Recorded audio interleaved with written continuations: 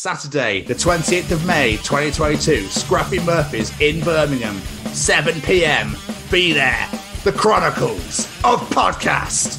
Live. Tickets on sale now. Go to www.ctickets.com. It's about getting into schools and talking to young people because, you know, I know that people can change. And it's about talking to people and getting them to understand and perhaps step back from violence and prejudice and whatever. And we just need to work together and keep on the good fight there. Absolutely. Hey there, guys. We are ecstatically happy to announce that we are associated with the Sophie Lancaster Foundation. The times are changing, and with the unfortunate death of Sophie, those changes have made a massive impact for the future. If Sophie was with us still today, I can guarantee what you are doing will still be reaching so many lives of young teenagers, young adults, and those who wish to be as different as possible. So thank you very much.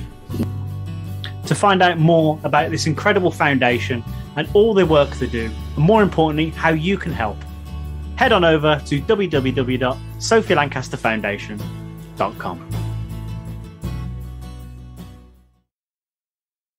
All right. Is this thing on? Well, howdy doody, everybody. This is Braden Berry from Say We Can Fly, founder of Stay Cozy Clothing, your one-stop shop for the coziest, most fashionable hoodies, t-shirts, and more. Gosh, Mickey. That's right, folks. And we're proud to say that we are now sponsoring the Chronicles of Podcast. Ouch. Hosted by Tom and Jamie. Like, you can get 10% off, man! That's right, Shaggy. Just use the special code, The Chronicles, at checkout. Oh, boy! Hi, my name is Mitchel Emms, and I'm a singer, multi-instrumentalist, producer, and songwriter. And you are listening to the Chronicles of Podcast with the absolute legends that are Tom and Jamie.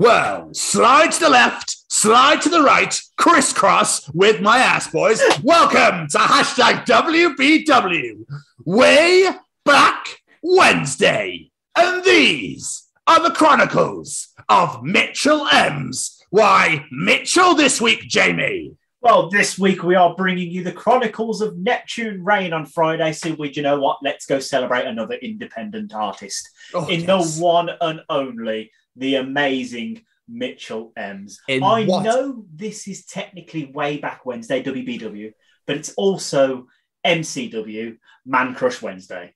I just knew this was coming. In what quite possibly is the world's longest interview ever. So well, it is quite long, yes. But it's great. But it's great. It's just, I don't mean that in a bad way. I just generally think, I remember we sat down with Mitchell, like, this is going to be good fun. You know, he sings on Strictly Come Dancing for all the rock songs and whatnot. It's going to be, we can learn all about him. I know he was on, like, Kids, Stars in Their Eyes, and that sort of thing.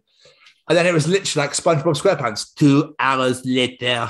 And then we're still sat there chatting away. Like, the guy is a genuine legend. He's lush. It's just a really humble and wonderful man. And I know, Jamie, I know you're in love. It's okay. I'm a little bit in love. You're all right. It's okay to admit it. You're right to get it out there. It's 2022. We can all talk about our feelings. I can't help it. The man is just ridiculously talented. Like, the man has done so much. Yes, this conversation is 2 hours long because he's done that much in his young career. It's ridiculous. And he's doing so much more as well. He's still working on his second solo album, which I cannot wait for. But go check out Vertigo History's Edge, his first solo album. It is stunning. It is so damn good. I love this man. He's just so ridiculously talented. He is, and he's just a really lovely guy. And he's just actually a genuinely wonderful human, and it's nice to see how happy he is in his life at the moment. Lovely to catch up with him on social media every now and again. And it's just one that I'm really excited to get back out there again because I might be wrong, but I think this interview is where you investigating people's backgrounds originated from. Is it? I think it might be, because I remember you popped up on the screen, you're like, what you got back there then? I see some guitars. Its music room is really nice. It's a really nice room. But yeah, guys, you're going to absolutely love this conversation. It's so much fun. You know, if you're big fans of Nirvana, Strictly, Stars in Their Eyes, Vertigo at History's Edge, and all that sort of... Oh, The Voice. He did The Voice as well. Oh, my God, The Voice. And he made the semi-finals in 2013. Incredible. Absolutely incredible. Mitchell deserves everything that's got coming to him. The boy, like you say, is so talented, and he's just a genuinely wonderful human at the same time. He is. He's just lovely. Jamie! Yes, sir. Any final words? Only words I want to say to Mitchell in private, so I shall say, everyone, enjoy this fantastic interview. Mitchell, thank you so much, man, for taking the time out of sitting and chatting to us. We'll definitely have you back on again because you've done so much in the time that we've not been speaking, that we, since it's like the week before Christmas, I think it was, or something in 2020. Oh, yeah. So I'm very excited to re-release this. Thank you so much again, and we look forward to catching up soon. Ladies and gentlemen, these are the Chronicles of Mitchel Emms. God, beautiful wall. I was just about to say that, and I thought, is it weird to say beautiful wall? No, it's the pink. It's the pink I think that I like the most, the guitar. Oh, right. Yeah, that one. That's I've had that for quite some time now. Yeah. Yes, that is delicious. So what we normally do is I'll do a little intro in a minute, and then we just ask a bunch of questions and you answer them. Simple as that, okay. Really. Yeah, sure. Awesome. Sound good? We'll iterate the fuck out of you. You must answer it in 10 seconds and 10 seconds straight.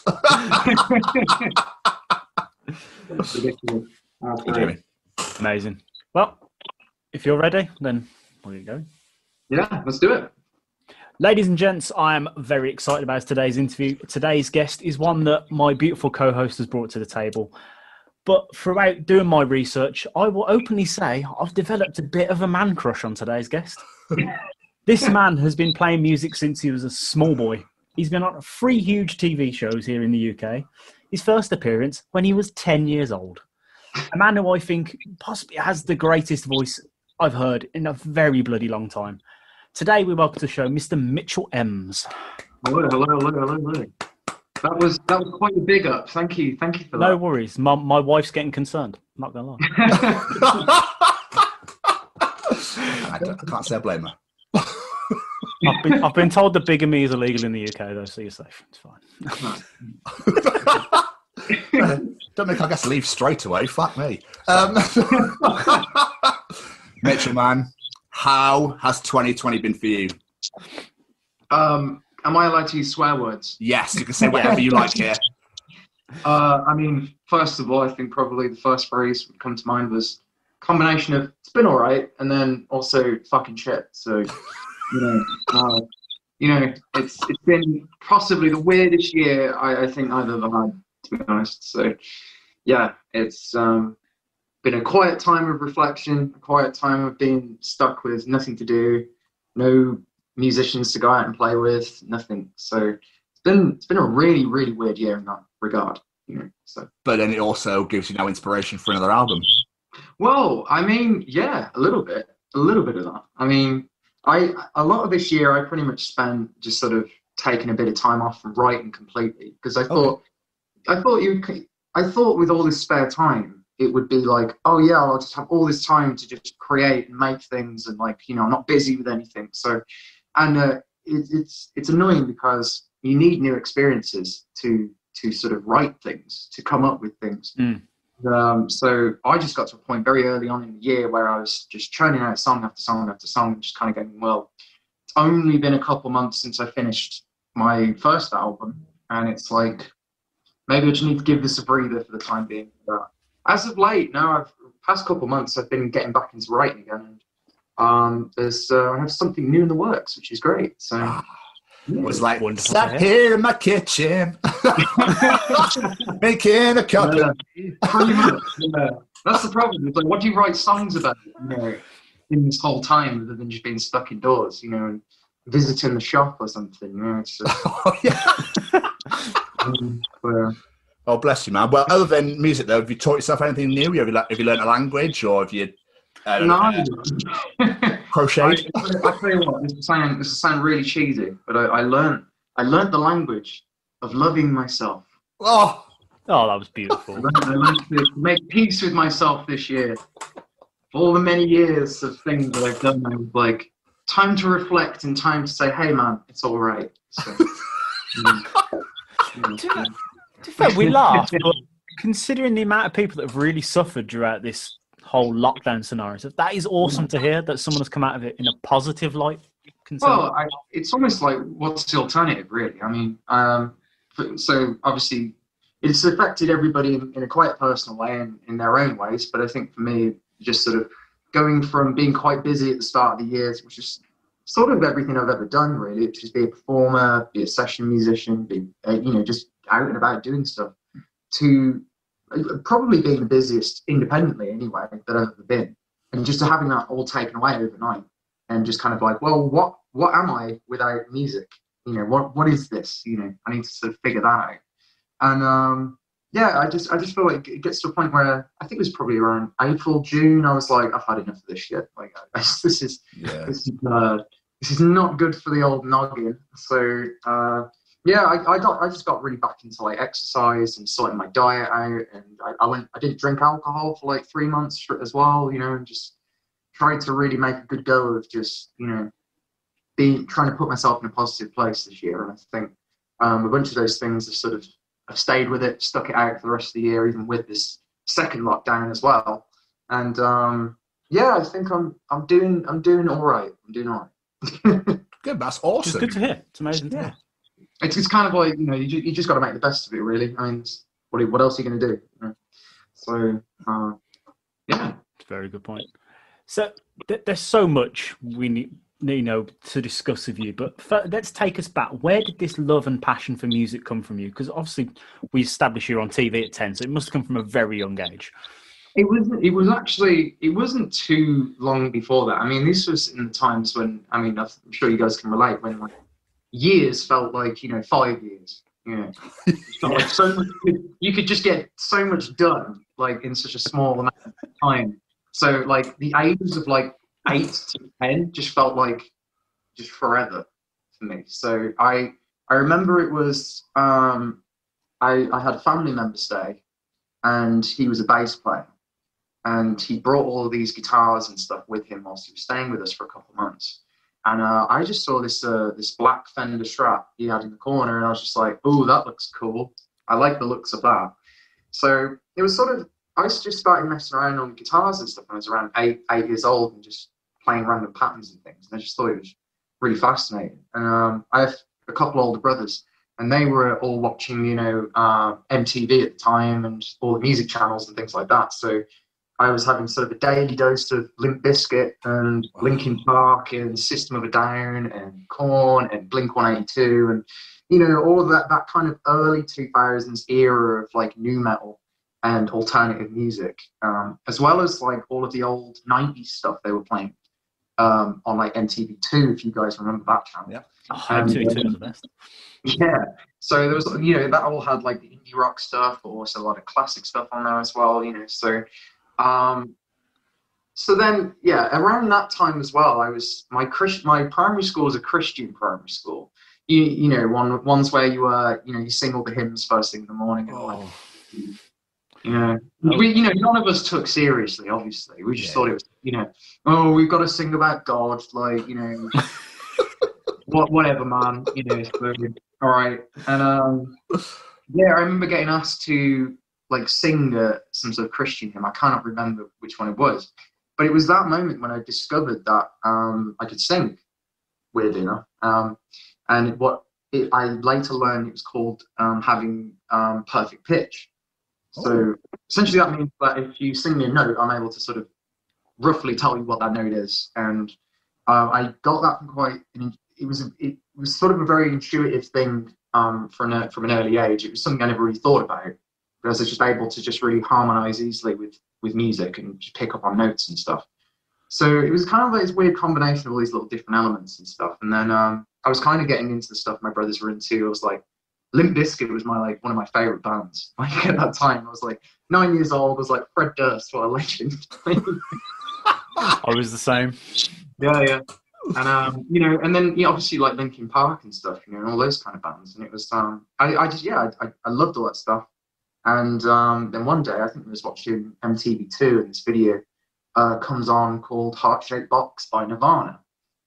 And I remember it as a very significant day because it was just, I saw that video and heard that song and I was just like, what is this? I don't know why, but just what is this? Like, I need to know what this is. So this was in the days of like, I think I was probably infecting the family PC with like LimeWire or some shit. So I couldn't remember the name of the song either. I couldn't remember what it was called. So I ended up downloading this other song. I was like, oh, this song called Lithium. What's this? And just downloaded loads of stuff. And then I just got really into Nirvana, and then that kind of spurred me on to. I just decided that I want to play guitar and I want to sing and I want to do something like at least as creative or at least entertaining, being as creative as this. There's just something about it that just the aesthetic of it, the vibe of it, just pulled me into becoming a huge Nirvana fan.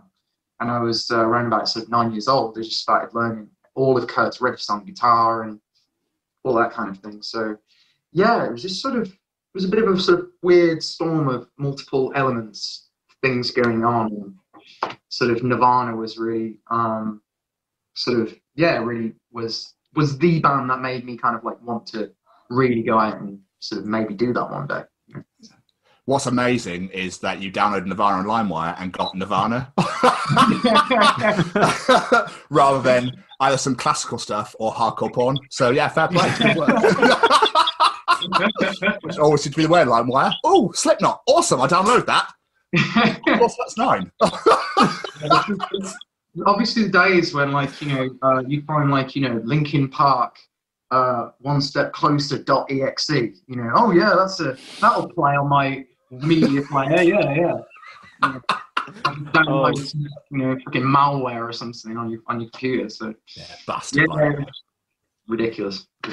But so it kind of started like that, and around the same time, like I sort of discovered the Beatles as well. So nice. Started really getting into trying to learn as much Beatles stuff as possible, and that's how I learned about open tunings and stuff, because I basically was listening to these Beatles songs and I was going, this doesn't make any sense. I can't play normal chords.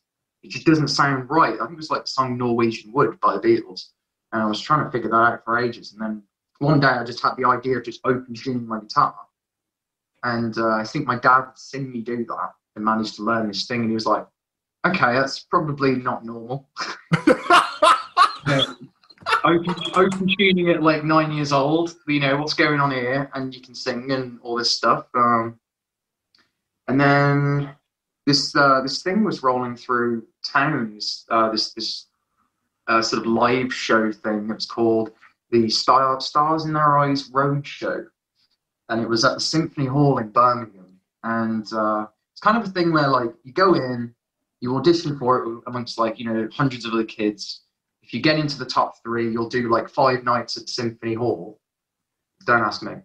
5 nights at the Symphony Hall for a bunch of small children doing their impressions of their favourite artists. And then whoever wins that gets a place on the Stars in Their Eyes kids show. So I went and did that and one day, and I ended up getting into the top 3, which was pretty cool. But then the whole thing went completely bankrupt, didn't go forward, just obviously they couldn't find the funding, or there just wasn't enough interest in it. So they just pretty much just gave us all just have some invitations to audition for the Stars in Their Eyes kids show. So pretty much kind of went for that because we thought, why not? My parents were all for it, and sort of why not? This will be fun. That's awesome. So you're self-taught then, guitar-wise? Pretty much, yeah. Pretty much. I still can't read tab. I just look at it and it just doesn't make any sense to me. I mean, it does, but it just looks like, I think if you can learn by ear, which is obviously not technically the best way of doing it. But if you can, then it's like it's just quicker, you know. Yeah.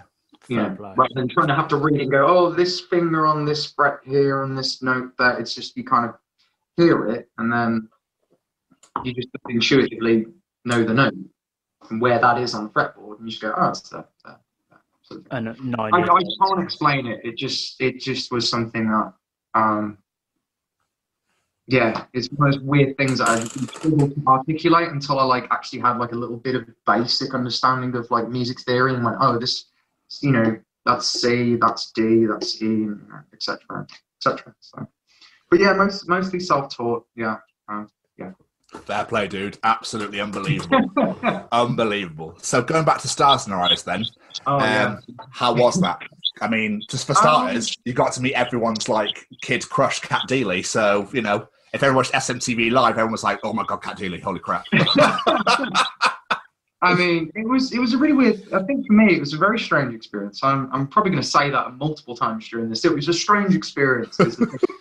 Everything on some level has always been strange. I think that's just the nature of music or show business or anything. It's just always bizarre. But like, around that time, like I was pretty much like, I think I'd moved, we moved and I'd moved to a new school and stuff. And I was just like outcast horrendously by the other kids because I basically made friends with like one of the most uncool kids in the school. And all of a sudden I was target for it as well. And then I was growing my hair out blonde and long, and they just kept getting called girl every day at school, and then like being made to feel like I didn't belong with the kids who play football, you know, all that kind of thing. So in a way, like music at that time was sort of like my escape in a way, if you want to make it that dramatic, I suppose, you know. But it was this place where I could kind of just be what I wanted to be, and so the Stars in Our Eyes thing was weird because it was like I was simultaneously at school and just people weren't always very nice to me. And then next thing I know, I'm on this like ITV show, you know, as well at the same time. So it was kind of a weird experience as a sort of 10-year-old, sort of be having that sort of contrast of different things going on. So, but I really enjoyed it. It was a really cool experience. I'm just trying to remember it because it feels like it was an absolute lifetime ago now. But I had a great time on it. The one thing I really thank the makeup department for is that initially in the early like rehearsals for it, they wanted to get sponge and put bristle all over me. So I was like this little 10-year-old bristle on and everything. And I think at the end, like towards the end, they just went, "Oh, this just looks a bit stupid. Like we're not going to do that." So I was like, "Yeah." So it's not going to be complete cringe. So, it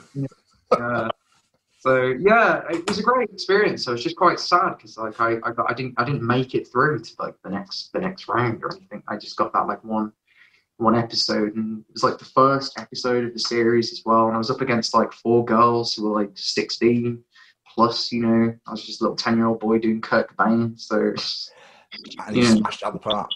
I loved it. I was going to say, I watched it the other night and I was like, okay, this 10-year-old kid's going to do another. And first off, as soon as you said Kurt Cobain was an influencer as a 10-year-old, I almost pissed myself because I was thinking there's some things about Kurt Cobain's life you probably shouldn't be inspiring as a 10-year-old. Oh, it's weird. They sent me, I remember because we had to go and do like choreography sessions as well. So I remember going down to like one of them. And there wasn't really much they could do with me. They were just like, well, here's these VHS tapes we can play. Go watch these at home. And like they were of like some of the most weirdest moments in Nirvana's history. So like one of the ones the videos they sent me was that infamous video where Kurt smashes the bouncer's face in with his Fender Jaguar at like in Dallas or something, and it's just like the most nuts gig. He like halfway through the gig he smashes the mixing desk up with his guitar as well. It's just, obviously we're not having a good time on that show. You so should have done that. Watching this as a 10-year-old going, oh, that's fucking badass, that is. Like,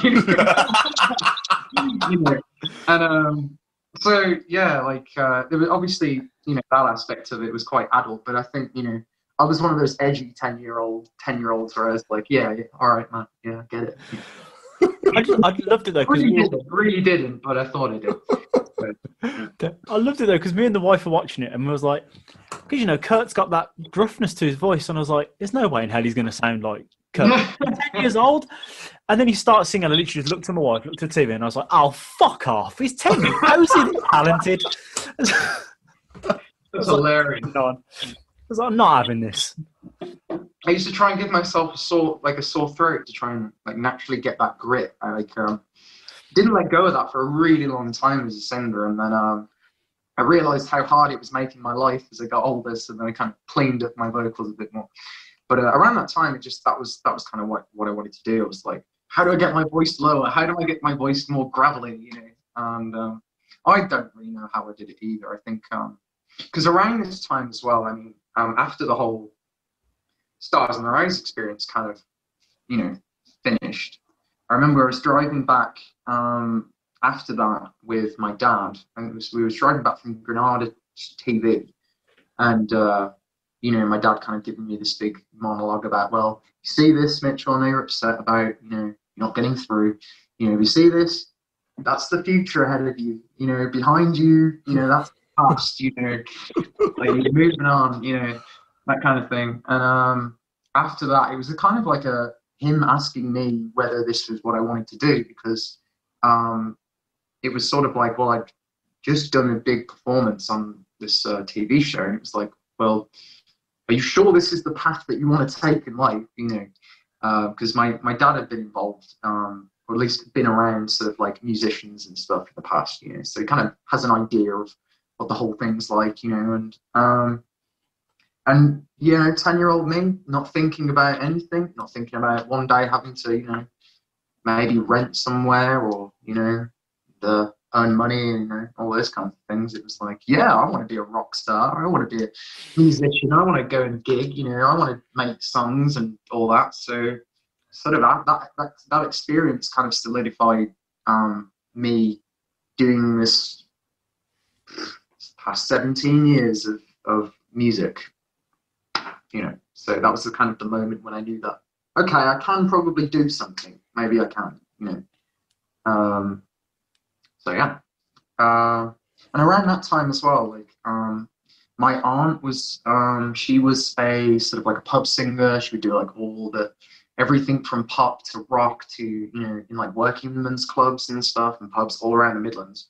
Turn up with like, a bunch of lights and mixing desk and a PA system, turn up, play to a bunch of backing tracks. And around that time I was getting up and doing like a half-an-hour set of songs and covers with backing tracks that I'd made at home, because I just got a little 8-track recorder and a little tiny drum machine, and I was just and I got a bunch of cheap guitars at this point, so I was using the sort of a knockoff Fender Precision bass copy thing, and learning how to play bass, and then layering up stuff and using this drum machine and things, and playing those in pubs and clubs. I think that probably did add to the gruffness in my voice, because everybody could smoke back in pubs. So I just remember every gig, like I had a sore throat afterwards, and I was like, why is my throat so sore? And just like, why do my clothes smell weird? Why can't I see anyone? I've got a guitar in that cupboard over there. It's in its case at the moment, but it's like my first ever guitar, which is this Squire Stratocaster. And it was completely white. All of the pick guard, the plastic on the front was completely white. And using it for all those years, it's basically just stained it yellow. Oh. Just the cigarette smoke in the pubs and stuff. Lush. Kid you not. It's pretty weird looking back at that now and going, that's such a different time now. Like, and it's scary because I'm like old enough to like remember that now, and I go, oh yeah, I'm getting old. Shit. It's like a fucking whole era that so yeah, it was a really weird way to start doing music, I suppose. What I love, right, from what I've noticed, is how incredibly supportive your parents are. Like, just from all the videos I've watched of you and stuff, and I find it incredible, absolutely incredible. And I don't know, it's weird because obviously from a personal point of view, like I never had that from my parents. So to see it, I love it when I see it. I just love it every time. I don't like the pushiness. You know, they're like, oh no, they're so amazing. You must. And I get kind of like, you're like, oh god. But but I mean, I like, especially how upset your dad gets at points. Like, I find it's incredible, man. Absolutely amazing to have that support around you. Because I know exactly what you're referring to. It's the voice video, and I think obviously, like, we did a lot together in terms of the him helping me just get out and playing gigs and stuff. When I was about 12, I started doing my own like 2-hour solo shows, and my dad would come along and he would pretty much help rig up the lights and do the mixing for the gig and stuff, you know. And we went through a lot of stuff, and then there was many bands in between and stuff that he was also kind of involved in the sidelines as well. You know, a lot. We've been through a lot to get to a point where something like the voice or something happening to me was just such a big deal, you know. So it was quite an emotional moment in a way, because of all the years of hard work we put in at that point, you know. All the times we fell out as well, they were just stupid things. You know, me going like, I don't like that type of music. Yo, you think you should do this? No, I want to do this. No, you should do that. You know, and being finding my identity as a rebellious teenager, you know, all that kind of thing. So yeah, it was quite, yeah. I mean, they've always been really supportive of what I do. I don't think I would have been able to have. I think things would have been very, very different for me, and they'd not been encouraging of me pursuing music, you know. And yeah, so I pretty much owe them quite a lot. Is probably a very big understatement. So it's beautiful, man. It's amazing. It's like when I was doing my research, I was watching some Toxic Generation videos on YouTube. Yeah, Toxic Federation, yeah. It is Federation. Why are it in Generation? Yeah, Federation. By the way, yeah. Toxic Generation, that sounds more like modern. Right? It does a little bit. But either way, I was watching them anyway. And I noticed in the comments, like, your dad was like, Mitchell, and he does this, and he does this. And I was like, I love it. Even the comment section is bigging him up. I love it. But were you 15 during Toxic Federation? Did I read that?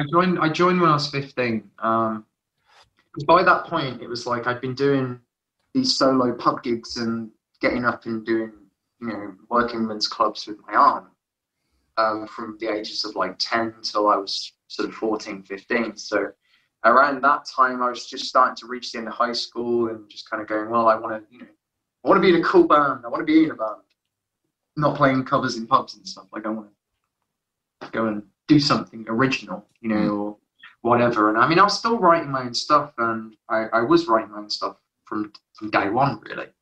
But this opportunity came. My dad had found their MySpace or something, and that they were looking for a lead singer. And he was like, "Look at this band! Like, look at these guys! Like, the drummer's amazing, the guitarists are amazing, the bass player's amazing." And it was just sort of like the bass player was the singer at the time. And it was like the whole band they were amazingly talented for their age, because they were all like 17, like 18, and they were pretty good for that age, you know. So the only thing that was letting them down was just the vocals, just because the bass player was singing and he wasn't really a singer, you know. It was just kind of like he's writing these really quite grown-up lyrics, but it just wasn't carrying it vocally. So they were looking for a singer, and I sort of stepped in at 15 because I had like really long hair. I kind of looked a bit older as well, and I'd been performing now at that point for like 5-6 years, pretty much non-stop. So it was like I was, you know, felt pretty ready to go and join something that, you know, had multiple members and a manager and, you know, a tour van and all that kind of stuff. You know? Wow. You know, just the songs are so good. The ones I listened to. Like, I mean, I didn't write anything on the first album. It was more I came in and sort of re-recording the stuff that they'd already done, you know. But I liked the lyrics. I mean, I think at the time I was a bit of me wanted to get involved creatively, because that's where sort of my heart lies. But looking back, and now I'm older, I'm reading a lot of those lyrics. It's like they are really, really good lyrics. Like, and the musicianship there was pretty solid. I mean, they were doing this whole sort of combination of like Iron Maiden meets Alter Bridge kind of vibe, you know, very much like 2 Feet, like, you know, one in the traditional sort of like classic rock side of things, and kind of another in the kind of modern sort of like metal kind of hard rock metal sort of place, you know. So it was really interesting in it, and I just jumped at the chance for it. Tried to make the best of it. Obviously, being a singer at such a young age as well, and obviously saying join this band at 15. I know this was strange, but did puberty affect your voice at all? Because obviously, you know, you go through that age, your voice is cracking over the shop. I kind of have a story about that, which is like, because I said to you, I was writing songs from a really early age, and I produced with my dad. Kind of helped me do this, but I produced this album called The Experiment when I was like 10. So it was all the stuff we've been doing on this little Boss BR8 8-track recorder with this drum machine, and just making all these songs. And so by then I had about like 12, 13 songs that had been recorded, and I was playing them in pubs and clubs. I have looking back, I think it's hilarious that I'd gone into some sort of workings club and I was playing these Nirvana-inspired grunge punk songs as a 10-year-old, you know, with like, you know, all the distortion turned up on my guitar, just like throwing myself around, standing on the tables, running around and stuff, you know. It's incredible. And I noticed when puberty hit, because I remember suddenly these songs that I'd written with an 11-year-old's voice just suddenly started getting really difficult out of nowhere. And I was like mid-song going like, why can't I get these notes? Why are they so hard? You know, this was I think I must have been about 13 at this point, you know, and they were just suddenly just so difficult to sing. And I think in a weird way, being like forcing myself to sing these songs that obviously had been written in a higher key or higher range than what I was currently in probably helped me build up to being able to sing all the kind of high rock stuff, because I was just constantly training my voice to sing higher and higher and higher as puberty was getting more and more and more. So I was kind of battling puberty by just, you know, developing my vocal muscles, I suppose. But the thing is, it's like, when I talk about it, it sounds like, oh, it's calculated, and so wasn't. It was just kind of go with it, you know. And that's it, really, you know. I suppose it's inevitable to happen, though. If you're a vocalist at that age, it's going to happen. So. Yeah, and it did. Brilliant. First time experience of it, yeah. So, Did you have any training with your singing? No. Was this all natural? The training sort of came from doing these 2-hour cover shows as a kid, because it was like, you just get to a point where, like, what are you going to do? Are you just going to say, sorry, my voice is gone, good night? It's like and I've had this has been more of a lifelong thing. It's never just been just when I was that age. This is just always something that I think every singer who's doing the kind of long shows has to sort of kind of find a way of dealing with, which is a sense of, you know, having the stamina to get through gigs, having the stamina to sort of, or find different ways of approaching songs. And I think a lot of my training was just being put in really ridiculous, difficult situations where it's like, oh, I've got an hour of a show to do that I'm doing, and how am I going to get through it because I'm struggling? And you just kind of have to just find a way, just get through it. So I think a lot of my vocal training just came from singing live. Really, I've never been one to like practice at home. I don't like practicing at home a lot. I've always been quite self-conscious in the sense of like, you know how like someone just like singing badly like from like another room, it just sounds kind of weird. I don't know, like you know, it's like you could just hear someone like no music, just someone going like, you know, and it's just like it sounds horrible. And I just kind of feared like that's what I sounded like outside of a room. I'd just be annoying the hell out of everybody. So gigging was pretty much all where I learned how to sing. It was just literally from just performing live, and yeah. I had an image in my head then of you doing Smells Like Teen Spirit whilst in this club with puberty hit going, hello, hello. Oh my God! Could you imagine? I'm guessing that didn't happen, but could you imagine? I think I'd already like Kurt Cobained myself at this point, where I was tired of Smells Like Teen Spirit after a while, because it was like he was, because like you know, because I'd done it on TV, like everyone was like, oh, will you sing Nirvana? Will you sing Smells Like Teen Spirit? And I was just like, after I was like, no, I don't want to do it. And I was like, oh, oh, I understand why Kurt hates this. Oh, okay. You know, getting asked why getting asked to do it. It's just I was really embarrassed about it for a long time, and then I think one day it was sort of when I was old enough, the penny dropped. That I went, oh yeah, that's funny. The 10-year-old kid doing Kurt Cobain. That's actually pretty cool. At the time I was sort of a bit like, ugh, people are going to think I'm uncool or something. Why? Just how I felt. Oh mate, I think it was banging. I thought it was awesome. So it was. Yeah. So obviously we briefly mentioned we've got to talk about The Voice. Yeah. It's not a show you normally see rock singers on. What made you decide to go for it? Well, I guess sort of for a sort of bit of a back context, you mentioned the band Toxic Federation. Yes. And I pretty much had my, that for me was like really my formative sort of years as a performer, writer, being in bands and stuff. Because I was with them for 3 years, and those were like my first experiences playing like proper venues, playing festivals, touring, up and down the country and stuff, and playing abroad as well. It was all my first time doing that sort of thing. And, I'd sort of seen sort of firsthand how difficult it was to just try and get noticed at all. I mean, you sometimes you're playing to like a couple hundred people and you're like, this is absolutely amazing. And then you play a support gig and then there's like 10 people there, or like the only people there are just people who sort of, are friends or family of the band. And it's just like, where are we supposed to go? Where's the way forward? And there's a lot of frustration in that, So I grew up with a pretty much a hatred of talent shows. I absolutely didn't like them. I still don't like them.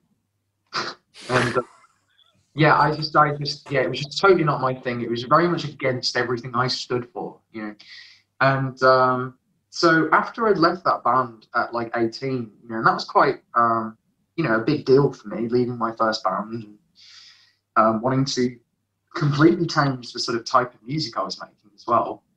Because I wanted to write my own stuff. I wanted to go in a more sort of alternative kind of indie rock kind of direction. And The Voice just kind of came out of the blue. I remember watching the first series and going, oh, okay, this doesn't seem that bad.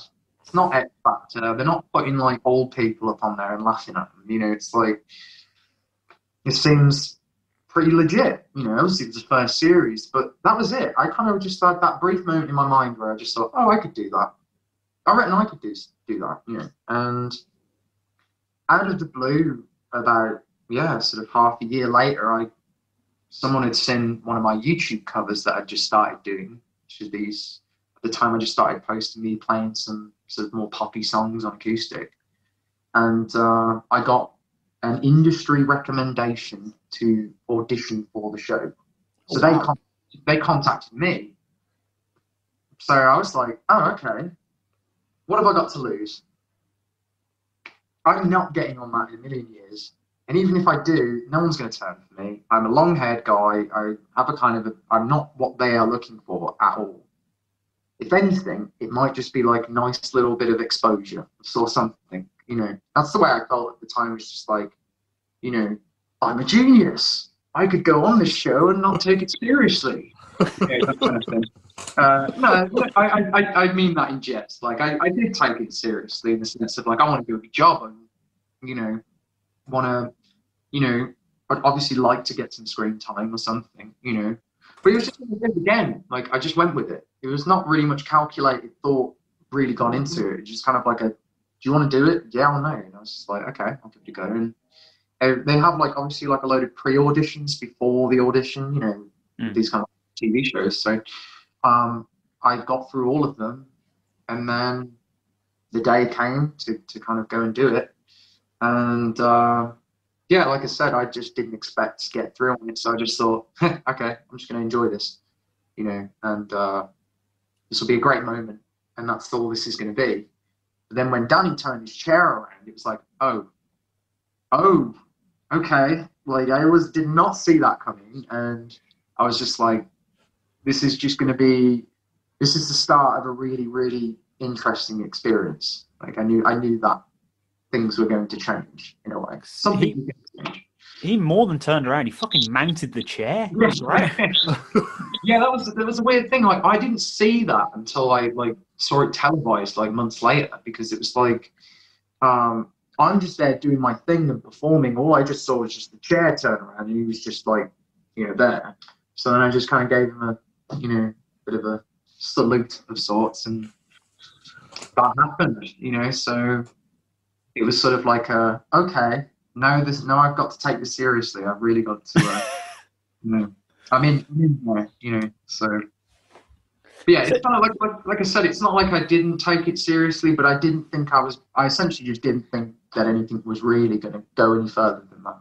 I had no expectations other than just see what happens. Roll the dice. It was Tom's face I loved the most when you were going, because that Foo Fighters rendition was unreal. I absolutely loved it. Even I was like getting really into it as well when you were going for it. But it's Tom's face which just sat and just goes, ooh. It's like, yeah. I just and obviously Will.i.am was just loving it as well. It was mental. I mean, when I got to see that back, it was ridiculous, because I mean a lot of the rounds, everything up until the live rounds was all recorded and shot months before it aired on TV. So, like, we already knew who was going to be in the lives even before anyone had ever seen the initial auditions. So, we'd already been through months and months of, like, filming of the rounds, rehearsing. I was just in London all the time, just doing stuff, which was great. Spending probably my first decent amount of time ever in London, that was quite exciting. But yeah, it was weird to kind of finally see it on TV. I think that was the weirdest moment. And then my phone was just like for like an hour, just people sending me messages and following me on Twitter and stuff. It was like, okay, I just gained 5,000 followers in the past month. Fucking hell. That kind of thing. There was someone else on the show who they had like one of those cheap, just a cheap, crappy phone, and the phone died, just completely, started heating up and died just due to the amount of vibration. No. People just following them. Yeah, they had to buy a new phone in the end. It completely just broke their phone. Shit. It is mad. I mean, just imagine it. It's such a surreal experience, because imagine I think it was something like 8 million people watched that or that show on that on my audition, and it was think about the small percentage of that all suddenly liking what you did and then following you all at the same time. It's definitely a very weird experience. I'll probably never ever experience anything like that ever again. But it was just such a strange thing to see your phone and your social media just light up like that, because you've just gone from having, it was 200 followers to like I said, 5,000 in one night. Just insane, man. So what made you decide to do Lady Antebellum? I know I can't say it anymore, can I? What made you decide to do Lady A? Lady A.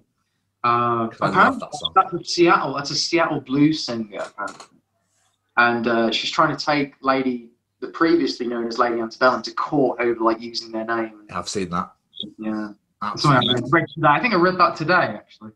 Oh, really? Yeah, just oh yeah, okay.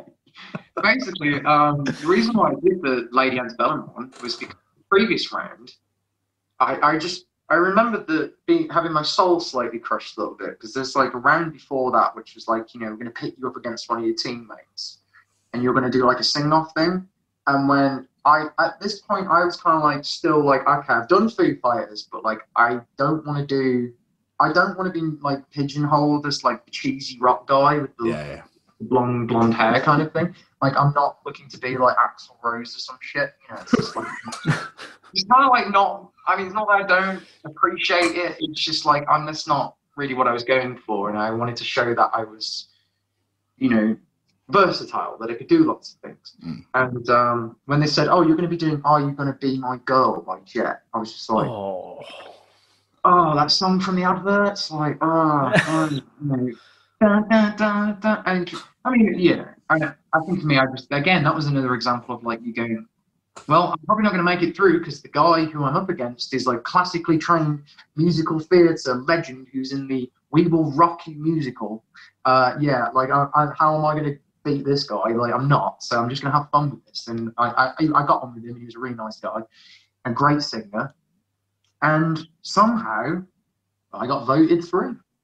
It was like, this just basically said you were the better performer. Like, we enjoyed your performance more. And you sounded more genuine, I suppose. I think he was too clinical. So it was like, okay, now I'm on to another round. Okay, this is just surreal. So then the next round was like, this time round I got a little bit more of a say in kind of what the band was doing, and what the musicians were doing, and all that kind of thing. And I went, well, what can I do that's different? And they had like a huge book of songs that you could perform on the show. Essentially, like these are all songs that have been okayed with us for you can do. So there's loads of stuff in that. And I had like a long distance relationship at the time, and heard this song, and I was just like, oh yeah, okay, I want to do this, but I want to kind of get my guitar out. I want to play my guitar on stage as well this one. And I remember meeting up with the band in like a pre-production thing and just kind of going, let's do like a rocked up version of this song. Let's just do something different. And so yeah, it was kind of like just a bit of an experiment, really. Just like, well, this might be my last round on here, so let's do something that isn't rock and roll, you know. And you killed it, son. Absolutely killed it. I love country music, so it was not my least favourite, but I think it's the one I didn't sing the best on. I think I was quite nervous for some reason. It was quite I don't know. It was just, yeah. I didn't think I sang as well as I could have done on that particular one, but I enjoyed it, and it was such a chill vibe in it as well at the same time, because I remember getting my guitar on the stage, and there's like loads of time in between, because like you've got your team out to do the song, and then I get this freaking guitar out, and like with sound, you know, line checking it, and I start playing like The Simpsons to like the whole audience, and like in front of Will I Am and Tom Jones just going da da da da da. It's amazing. Like, just doing stupid stuff like that. Like it's just my sense of humor. I just, you know, you're in a surreal situation, act surreal, you know, like kind of, I love it. Just have fun with it, you know. Incredible. So with the coaches, do they actually coach you? Do you get much time with Danny, or is it just for the TV show? They don't really. Just for the TV show. Figured it would be. I mean, it's not that I didn't get to spend any time with him. It was. I remember he invited me to backstage to the O2 Arena. The Script were headlining it in London, and I got to like stand on the O2 Arena stage and, you know, and play a bunch of songs for all the crew and things, you know, on his guitar. And that was just, when you look at a room that big and you go, that's going to be filled with like thousands and thousands and thousands of people, and like all the legendary bands have played this place, and you're just walking around the backstage, you know, all of the hallways backstage, and you see all of the things on the walls, and you find a secret room, and, you know, that was built for Michael Jackson and stuff. Like, it's just, that was a wicked experience. And I remember me and him sharing a cigarette in one of the rooms somewhere, and just chatting about stuff. And, so yeah, there's kind of like moments like that where we were just talking about stuff. He's like, here, meet my producer, meet this person, meet this. You know, we're gonna do this with you. We're gonna do that with you. Don't worry about winning this or anything. Like, you know, we'll get you in touch with our management. You know, so at that time, you stood on the O2 Arena stage and you're going, seems legit. You know, and so yeah, there was this kind of stuff like that. And he would just randomly come at me out of nowhere with just random ideas. Oh, Mitch, have you heard 9 Inch Nails?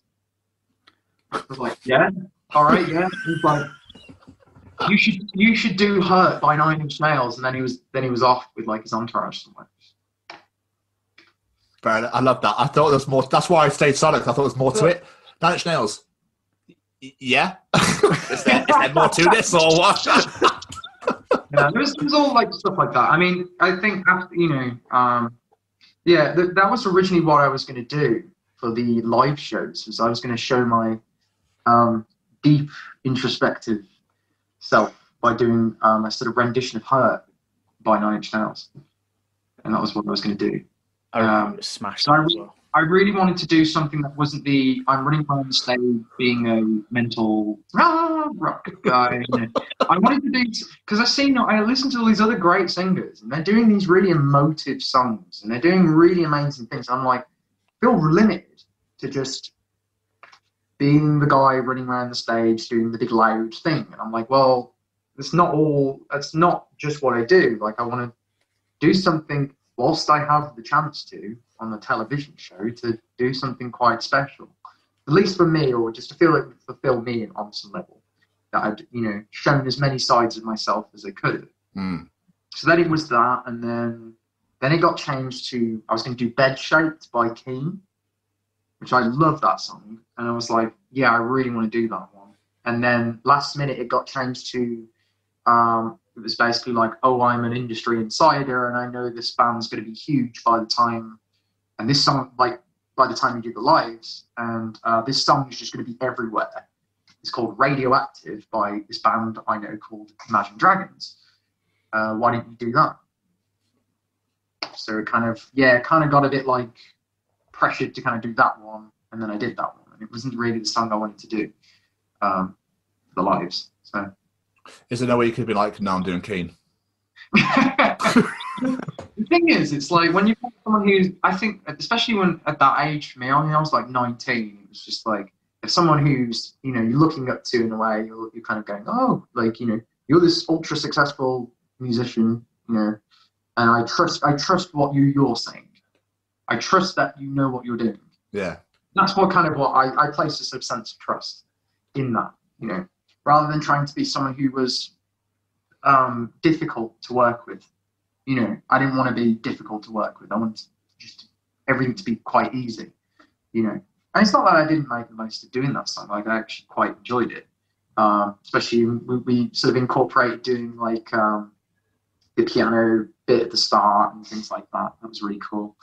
It was also a really weird moment because, like, when I was in that band called Toxic Federation, there was a huge period of my time with them. I used to wear red jeans on stage, and obviously the band's called Toxic Federation. It has like a big toxic logo symbol as like part of the band logo. Yeah. And it was weird performing Radioactive because Wardrobe had put me in red jeans, and on the back screens there were these toxic logos flashing on the back. And I was just like, that is such a weird moment because I'd left that band about a year and a bit ago. So it was still quite fresh. And then next thing I'm on national TV, and then that was going on as well. It was a sort of a bit of a weird one. That's odd. Yeah. It's also like they've been to watch it and been like, we know what we'll do. We'll fuck with him, but we'll wait. So what led to you coming off the show then? I got voted off. It was basically put up to a public vote. I didn't go on with much of the sort of the sob story, really. I could have gone with the whole, I was bullied through school. I was outcast through school. Nobody liked me. And that whole thing. No. All these years I performed and people still don't like me. And, I just really want to be famous, that kind of thing. I could have done that. And I didn't. I pretty much, because I didn't really know what, I just was kind of like, well, there's not been some huge tragedy of some sort, like, that I really particularly feel like sharing with you all. It's like, my dad helps me do gigs. I've done lots of performing. That's all you need to know, But they just, obviously, they want to create like they want to have a sort of sob story. They want that kind of, human story to add to make them likable. And I just didn't really, I didn't really have that. The other guy I was up against, he was, he definitely had sort of sob story of sorts. He got like dropped by multiple labels when he was young, or like kind of like an almost made it. Then it didn't happen. Now I'm cleaning windows. I want to, this is my last chance, my last chance. That kind of thing. He had quite the sob story going on, and this whole like emotional narrative going on with him. And also I was a rock guy, running around the stage, screaming at the top of my lungs. And also, after I'd finished the performance, Holly Willoughby comes up to me and she goes, like, that was amazing. How do you feel? And I'm on live television and I go, Jesus Christ, that was amazing. Oh.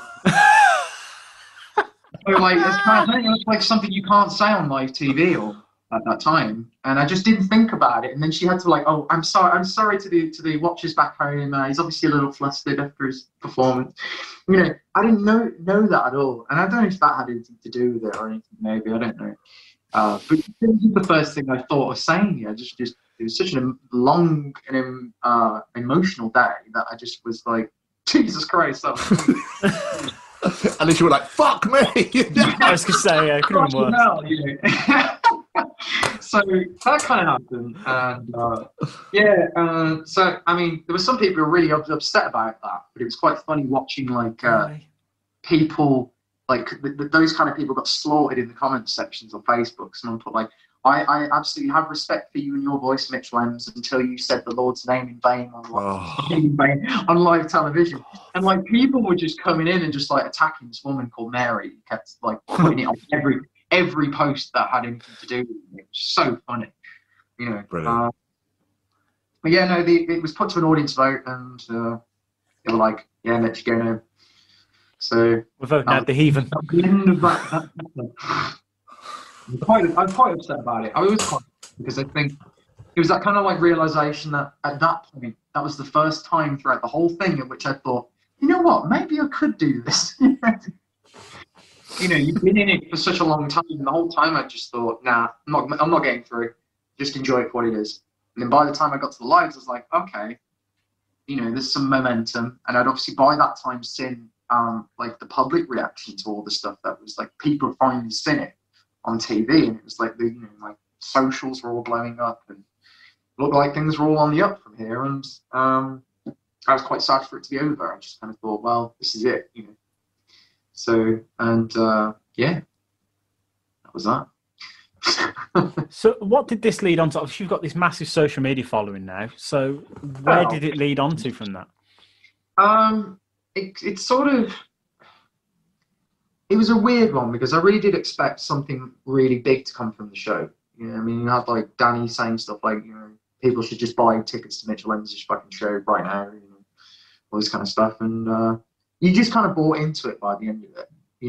I had gone in it quite cynical, gone in it kind of not expecting anything and kind of being a bit, well, it's just TV, But by the end of it, it's just like, you were kind of like, oh, okay, this seems like it's going somewhere. And then a couple of months, didn't hear anything of anybody. Nothing.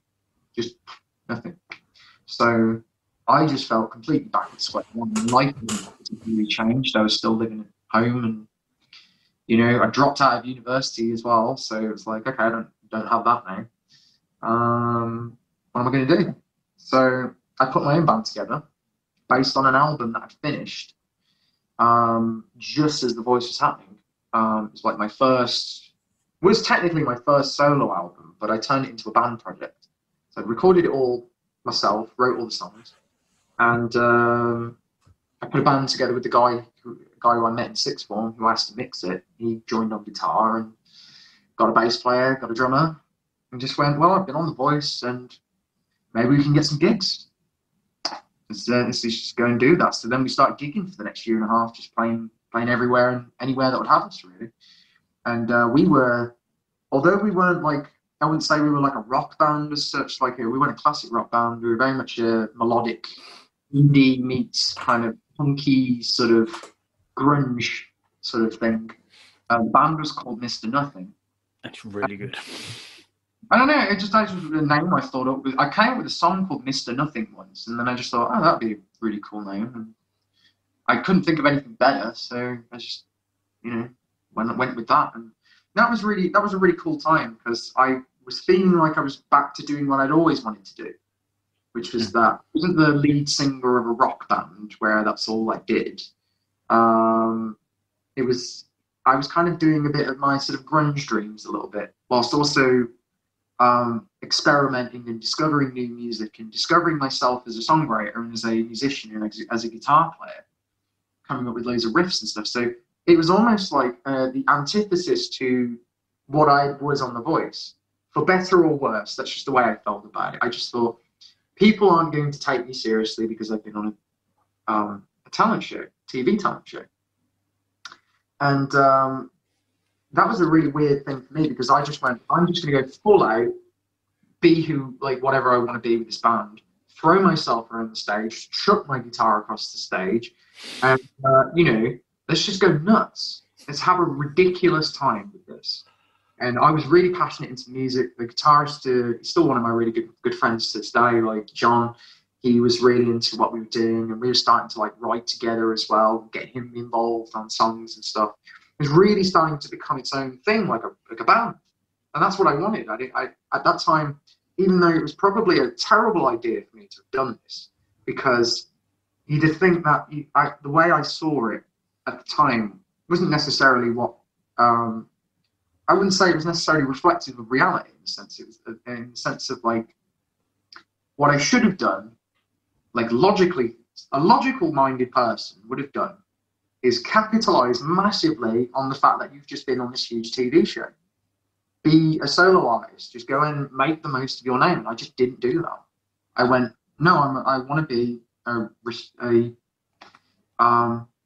musician of some sort of respect of some form. Like I wanted people to sort of acknowledge me as a legitimate musician, not some guy who was on a talent show.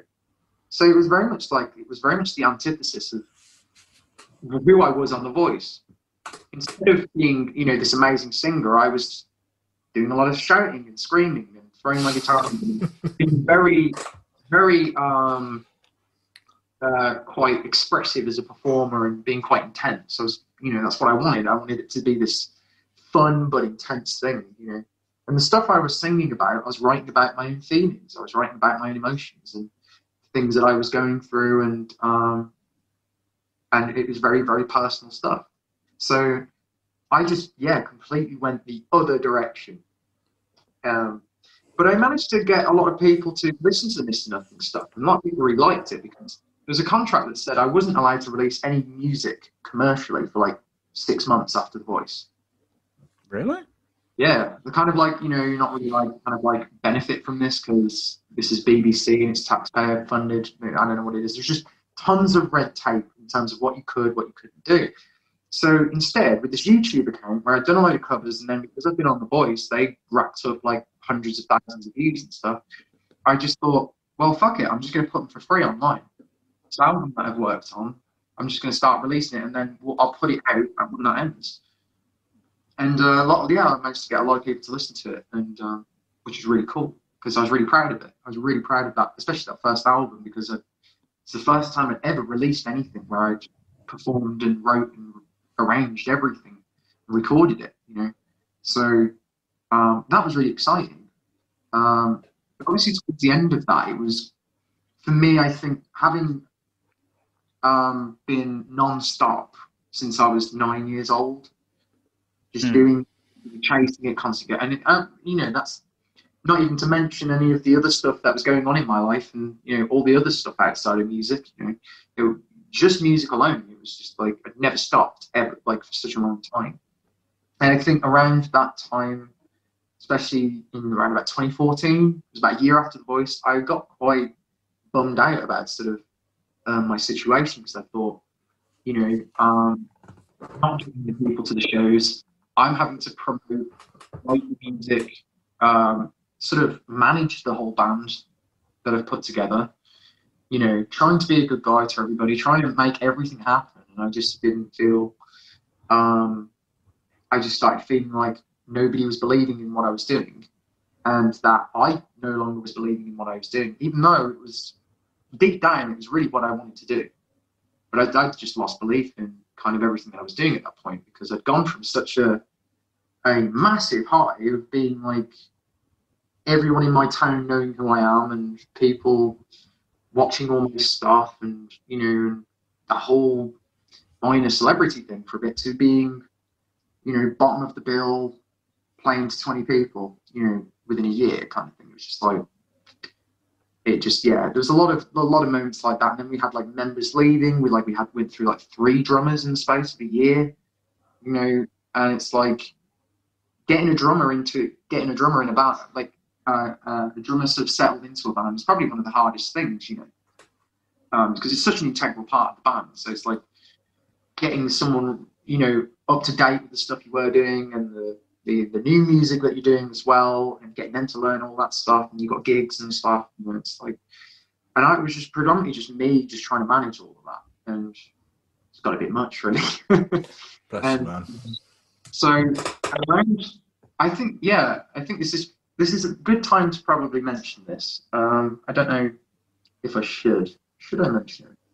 Yes. We don't know what it is, but yes. So, a very interesting thing happened towards the end of that whole time. It was sort of late 2014, where obviously being in an alternative rock band and, you know, playing venues and at that age as well, it's like 20, like 21. So it's like, obviously one of the things that's going to be quite enmeshed in the things that you're doing with all the late nights is going to be a lot of drinks, and there's going to be, you know, drugs and things, or, you know, all that kind of side of things. I had this absolutely transcendental LSD experience the following year that just completely just blew everything away, that my entire idea of what it was that I was doing as a musician, what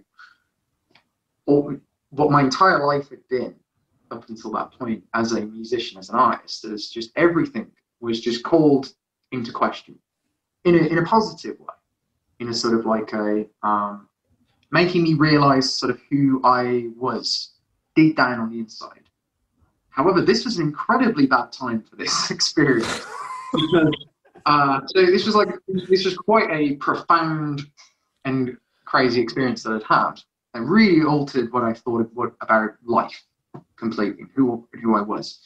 And this was just about a month or two before my band split up completely.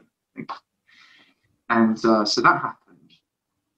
Start of 2015, I'm kind of like, I don't know what I want to do. The music I'm writing has definitely benefited from this experience, because I'm writing all this really amazing stuff now, but like, just the band it's just not happening. It's like people wanting to leave, or, you know, certain people aren't getting on, and it's just like, I don't know what to do. I don't know what to do anymore. I got to a point where I felt I no longer knew why I was doing it.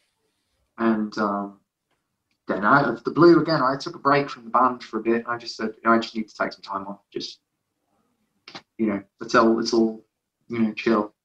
And then I had this message out of the blue from a rock band called The Treatment, who were kind of like, hey, our singer can't do this tour. We searched you on Google, can you do this tour? And I went down to this audition. Just thought, oh, that'd be a cool thing, you know, do something different. And like shake things up a bit, you know, I can do the rock thing, you know. And then did the audition. I was like, oh, can you try this? We've just written this new song, try this. It's like, yeah, okay, did it. And they were like, well, okay, since you're good enough, we'll tell you why you're really here, is that our lead singer is actually leaving, and we're looking for a full-time replacement. Okay. So I'd gone down with my dad at the time, and my dad had pretty much gone like, yeah, Mitch would go for it.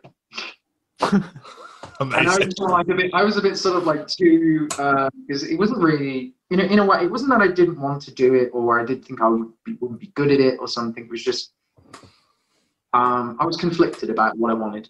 I was very conflicted about what I wanted, but I just felt that I needed to do something, and that this was probably the only opportunity I was ever going to get to be in a touring band that was signed to a record label, that had done really cool things. And I just thought, I know I could learn a lot from this experience, and maybe achieve some sort of childhood dreams of it. Because I want to know what it is to do a major European tour. I want to know what it is to do, you know, major festivals. Like, I want to experience that, and I think I've got the skills, you know, to do it. And it was quite exciting. So then that led on to the whole that next chapter of my life, which was The Treatment and doing that stuff. Sorry, I feel like I just ranted on for like ages. No. It's all good because they literally listen to us for an hour anyway. They don't want to listen to us in the interview as well. But no, a few people who I've spoken to about you know you from the treatment. It's like my mum put me onto the treatment years ago because she saw you supporting Wasp in Bristol. Jeez, no way. And what's really awesome about that is I was talking to her about it earlier, and she went, "Yeah, I remember that gig. I spoke to his mum afterwards, and she was telling me how proud she was of her little boy." And I was like, "So there you go. Both of our mothers have met." Well, I think they came to one show. On that tour, and that was Wolverhampton. I think it was Civic. Maybe it was Wolverhampton, not Bristol. Then. I don't know. Wolfram. I think it was the one they came to. Was the Wolfram? I don't know. But apparently, me and your mother have met. So my mother and your mother have met. There you go. Great. I mean that was my first tour with them, and that was quite an interesting experience. Our first tour with Wasp. Yeah, just thrown straight into it. It was a bit quite interesting. I remember the manager of the band kind of saying, "Oh, we had a choice between putting you out with either putting you out with Wasp or putting you out with the Cult, and we chose Wasp." And I was like, why? I love it. A better band. That's just my first thought, but I'm sure he had his reasons, but I think he probably thought, well, the fans of Wasp were probably going to take to the treatment more than the fans of the Cult would. But I would love to have toured with the Cult, that's for sure. Unbelievable. I'd never really known anything about Wasp. We were never a band that I particularly grew up listening to, knew nothing about, so we pretty much got asked to go and do this big tour with them. And I was just like, okay, I'm just going to search stuff on YouTube. What the hell is this Wasp band? No. We've got songs like Fuck Like a Beast and stuff. And I think there was only one song I liked, which was the first track off their album called The Headless Children. And I just thought it was I think it was like Wild. It was Wild Child or something like that. Wild Child, yeah. It's one of their bigger songs, yeah. It was not Wild Child. It was one of the songs yeah, okay, I get it. I get why people like this band. I had one of those moments with it. So I really like that treatment album with you on, especially the track Generation Me. That is a really good song. Well, it was a really interesting... It was a weird experience for me because I'd gone from writing my own stuff to having no say at all in the writing process with band, and just kind of, again, being kind of giving things to sing. So we recorded that in Essex. That's, Steve Harris from Iron Maiden. So he has like a recording studio there, and Iron Maiden's sound guy was the guy sort of engineering and mixing the album. So we just go up to Steve Harris's house where his daughter and son were living there at the time and stuff, and just go and record at his house. And you see, it was like a time warp. That place was like a time warp because you'd see like the old hand drawn Maiden tapestries and things, and just Maiden stuff lying around, and it was like, oh, this is pretty cool. I was never a big Maiden fan growing up, but I used to love Seventh Son of the Seventh Son. I thought was an amazing Iron Maiden record. So it wasn't lost on me how kind of cool that was, to go and do that. Like that was really awesome. So what led to leaving treatment then? Because you only did the one album with them, didn't you? Yeah, no, it's a bit of a difficult one really to sort of explain, because I think it was a lot of mixed things were kind of going on with me. It was a sense of that. It was probably my darkest time of my life, I think, in a weird way, because it was like everybody just thought that I was living out this sort of dream in a way. Like Mitch is finally doing what he's, because we've seen him all do rock stuff, and this is what he's always wanted to do, being in a band and going on tour and all that kind of stuff. The reality is, obviously, when you're on tour, you're just permanently skint all the time. You just have you're constantly ill. Like for me, there was like a whole alcohol ban for me. I wasn't allowed to drink at all on tour, anytime, anywhere, because being a singer on tour, I couldn't risk it. We did whole tours where we were sleeping on the floor of the van, through winter, through Europe, whilst you see the main band going around in a big sleeper bus. you know. So there was kind of moments like, but the thing is, you can get through moments like that if you feel happy about what you're doing, and you feel happy in yourself, and you feel like you're with the right people. For me, I wasn't with the right guys. I mean, I wasn't with the right people. And it led to me really feeling like I was, I just lost all my self-esteem. I just thought I was trying to have to be somebody I wasn't, trying to please people all the time. I just felt like I was having to be someone else all the time. And because if I wasn't, then it wouldn't vibe with them. They wouldn't, it always kind of had this vibe of a bit of an us versus them, you know, kind of vibe with them. Eventually just made me feel that I was just kind of like talentless and not worth anybody's time. And so how I felt by the end of being with them. And I was pretty much convinced. I mean, I remember being told that I wasn't cut out for the music industry. You know, I was going through quite a deep depression when looking back. I was very depressed. I just I felt very disconnected from what I was doing. I'm proud of that album. I'm proud of the vocal work I did in that album. See, I'm saying all the negative stuff here. It's not that we didn't have good times and I didn't, you know, great laughs with the guys, you know, because I think the band themselves, the guys in the band, they were good guys. They're all good guys, you know, and they mean well. But it's that kind of like, it just wasn't a good time for me. Although I did learn a lot about myself through that experience. I learned what it was that I wanted to do through that experience. You know, I learned, it was a really huge learning experience for me. And obviously, on top of that, I was seeing all these countries that I'd never been to before either, playing these huge stages and stuff. I had experiences with that band I'm never, ever going to forget. You know, it's like, I remember one of the final gigs I did with them was playing Hellfest in France. Main stage at Hellfest on Saturday, on Saturday, like in the afternoon, and it was like you're seeing literally there's 100,000 people you're looking at. It's like, whew, like that is, yeah. You have moments like that, and that was a moment for me where I definitely just tried to take that in as much as possible. You know. But no, I was quite happy with what I did on Generation Me. I thought it pushed me as a singer because the stuff that they were was very much like really out of my range.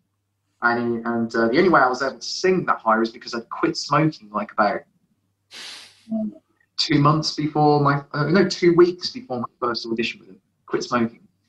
And I just suddenly had all this extra range to work with after that. So it really tested me as a singer. It tested me as a performer. I came out as a better singer from being in the band. But like I said, it really kind of drove home to me more the questions of what am I doing this? What am I doing this for? What am I? You know, what am I doing for this creatively? What am I doing for any of this? Very much a kind of like a moment where I thought, if this is where it ends for me, if this is where I don't do music anymore, if this is where this journey has taken me, then that's, you know, maybe that's it. And maybe they are right. Maybe that I am not cut out for the music industry, you know. And that was a lot that was in my head. It was very much like they'd got into my head with that and really convinced me that I was simply just not good enough.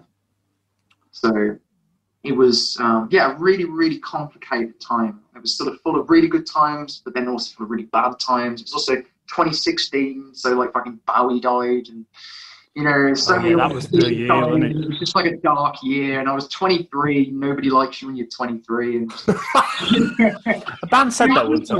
You know, that kind of, it felt for me like the year where just everything was just like shit for some reason, even though there was so many amazing things going on. It's that kind of like, oh yeah, like this is, you know, a bit more of a taste of real life out of the sort of bubble I'd been living in for a couple of years with, you know, just being in my own bands and doing TV stuff. But, you know, it was very much like, okay, I'm an adult now. Shit. So, it was, just a very, very difficult experience, but in a good way. I think in a good way, because I think, like I said, I learned such a huge amount about myself, about what I wanted out of music, and about my own sense of self-belief, really. because that had completely gone, and it was like I had to learn how to kind of get that back again, to kind of find my self-esteem again, to find my drive to create music, drive to write music, to produce. What is it I like? You know, when I left that band, that was when I was able to revisit some of those, let's just say, transcendental experiences. And, they were absolutely amazing for me, because they made me realize that, you know, all of this stuff that I'd done, being in bands, doing TV, being on stage, wearing a leather jacket, throwing myself into the audience, going around the world, you know, doing all that kind of stuff. Like, what is it that I did all of that for? Let's take it back to the beginning. Why am I doing this? And the reason I kind of was able to find was, I just really like instruments. I just really like great music. I love music. I love conceptual music, like bands like Pink Floyd. I love music that makes me feel something, or teaches me something new about myself, or makes someone not feel so alone. And it was almost like the simplicity of just saying, I just want to make things that make other people happy, you know, and I want them to be beautiful things, for the sake of just making beautiful things, you know. And when you take away all of when you take away all that sort of, you know, pressure of, you need to be marketable, you need to be this, you need to be this, blah, blah, blah, blah, you know, the kind of, how do you become a successful artist in, you know, this sort of weird late stage capitalist society that we all live in, you know, that kind of vibe of things, you know. And it was really important for me to sort of get back in touch with the reasons why I even started this in the first place. And so I was able to do that, start doing that again after I left the treatment. And it was almost like a bit of a sort of period of personal recovery, you know, of a lot of years of really being quite hard on myself, especially after, you know, going on The Voice and then just feeling like I'd just been dropped from such a huge height back to square one, and then just spending years in bands, being skint, and just being a bit miserable, and just kind of finding my way back again, you know, from that. Because I wasn't going to let, the other thing is I wasn't going to let someone tell me that I wasn't cut out for the music. I wasn't going to let somebody tell me what I can and can't do with my life, you know. And I think it was important for me to prove that to myself, and then turn it into a reason where it wasn't out of trying to do it to, oh, I want to prove all these people wrong. It was like, no, I'm finally just back to, I'm doing this because this is what I like to do. And that was a really beautiful thing to sort of experience, I suppose, you know, kind of getting back to that. And it sounds like when I it's beautiful, but it sounds like you did actually take all that on board, and you did all that with the latest album you released. But before I talk about that, we need to quickly discuss the fact that you worked on Strictly Come Dancing, because what the fuck, that was did not expect that when I was doing my research. You and me both. I've been sort of living a bit of an interesting life, because, like I said, when I left the treatment, this was kind of that weird moment where I was like, oh yeah, certain doors did get opened by The Voice. There are people who've seen what I did on that show, and they want my skills, whatever they mean, you know, vocally or performance-wise. There are people who would like to hire me or ask me to do sessions or do all this stuff that I just didn't see, or I didn't think about, or I didn't consider before, because I just didn't know that was a thing I could do, I suppose. You know, I was so single-mindedly on doing original music, you know, and I didn't realise there was this whole other world full of really lovely, really brilliant, really talented, and very proficient musicians. All in this other world of music work, you know. So I really threw myself into that, and I joined with like an agency. We put together a really amazing band of these really wonderful guys and wonderful, talented musicians. You know, we just do like events and stuff, you know, and go around. I mean, this, like the start of this year, we did an event for Cisco, the communications company, and we did that in Barcelona, playing to 7,000 people, opening up for Nile Rodgers. You know, like doing stuff like that. I know, Amazing. that was incredible. You know, so like I do that sort of stuff. All of a sudden, I've gone from going, I have 100 quid to last me through the month because I can't have a job because I'm in a touring band, and it's just, you know, most I can do is try and get a little bit of work in the meantime. You just odd jobs and stuff. I just never had any money. Just all going on food and traveling to stay with the band. You know, so I didn't have any money. Wasn't earning anything from the treatment. Got nothing from it. So it was like I was just always skint all the time. So then all of a sudden, being paid to work as a musician for me was like, oh, I can fund the stuff I want to do. This is great. Like, I'm not facing the job centre. Yes, I've made it. You know, that sort of moment where it was like, it was really like, that's really did it as well, save me, you know, and sort of keep me pursuing music, because it was like, I can make this realistic. This can be a realistic thing that I can do, and it's not the end of the road for me. I can do something, and I'm still learning. I'm still learning by doing all of these different things, you know, getting asked to play with this band, getting asked to session on this, getting asked to do some vocal work for this thing. It's like I'm still learning all of these things and learning off other musicians. And I got back into playing guitar again on stage as well. So I was very adamant that I wanted to play guitar, and getting my guitar performing skills back up again after years of not being of just being a singer, you know. So there was like a lot of positive stuff. And one of the things that came from that was, it was sort of like a friend of a friend says, oh, my friend's in the Strictly band, they're looking for a new guy to cover some of the more indie rock pop stuff that they're trying to kind of incorporate into the show. And again, this was another one of those situations where I just thought, why not? My mom loves Strictly. Let's just, you know, go and check it out. Again, I didn't think I was going to get it. I just thought, get the train down, go and meet her, you know, try it out. And then I get a call that says, so can you do next week's show? And yeah, you've got like a week to learn like 13 songs, you know, and I was just like, yeah, okay. And then, can you do next week's show?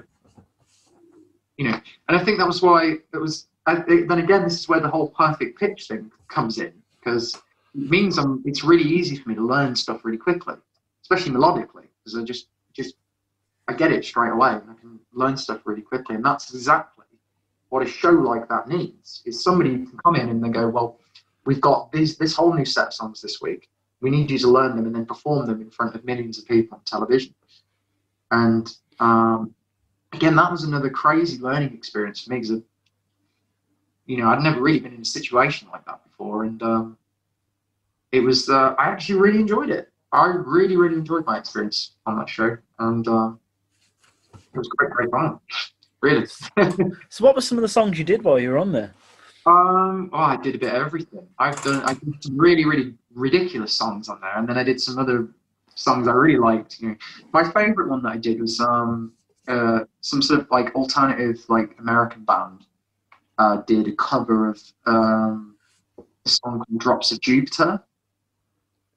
Now she's back in the atmosphere. Great song, yeah. Yeah, I loved that song, and it was like, I loved the cover that this band had done. It had only been done like a week before. Just released on, it was like Hopeless Records released it or something. And I was like, oh, that's pretty cool. And like, yeah, I really loved doing that song. It was just a really, you know, great song. And I did another one, Bites the Dust by Queen. I was like, all right, I'll do my best Freddie impression, you know. So that was really cool. Like, again, it was such a weird. It's a weird experience. It is a weird experience because, you know, you're so used to seeing something like that on TV. You never thought in a million years you'd get asked to work on that show, you know, and do that, you know. And I think that, you know, there was like I said, I think I probably said earlier, there was a whole part of me that kind of felt like I wasn't going to be taken seriously as a musician, because maybe there were certain, I think looking back, maybe there were certain snobby kind of music people I knew who their opinions were in my mind, and that, like, I was worried about what they thought. You know, whereas now I just kind of go, you know what, I don't give a fuck, like, anymore. Like, I love making music. I'm happy to do whatever it is that helps me continue to do the things I'm passionate about. and whatever gives me new experiences. I think that's what I've really liked about being in music. It's just there's always something interesting coming around the corner. You know, there's always a new experience, and I like that. I hate things when they're just the same all the time, like 2020. Yeah. So, you know, just bringing it all back around again. You know, so I've always loved that unpredictability of it. I've loved, you know, there's always something weird or interesting to get involved in, and I no longer feel like I have to, you know, be ashamed of the things that I've done in my career or so far, and the things I do. You know, it's okay for me if I want to work as a singer and use my vocal talents to do things. You know, it doesn't take away from me anymore. It doesn't invalidate what I do as a solo artist anymore. What I do with my own music. You know, I think for a long time I really felt like that was how like The Voice was. Like, it invalidates me as an artist because I'm not a real musician. And I go, well, I think about the 17 years of gigs and things that I've done, and just effort that I've put in, and bands I've been in, and done everything from pop to metal. You know, it's and in a way, and I don't regret any of it. You know, it's I like all types of music. I love doing a varied amount of things, and I'm no longer ashamed of it. I'm just happy to be able to do so. Should you be, man? Like I said at the start of this, you're stupidly talented. Your voice is incredible, and you know you shouldn't let anyone hold you back.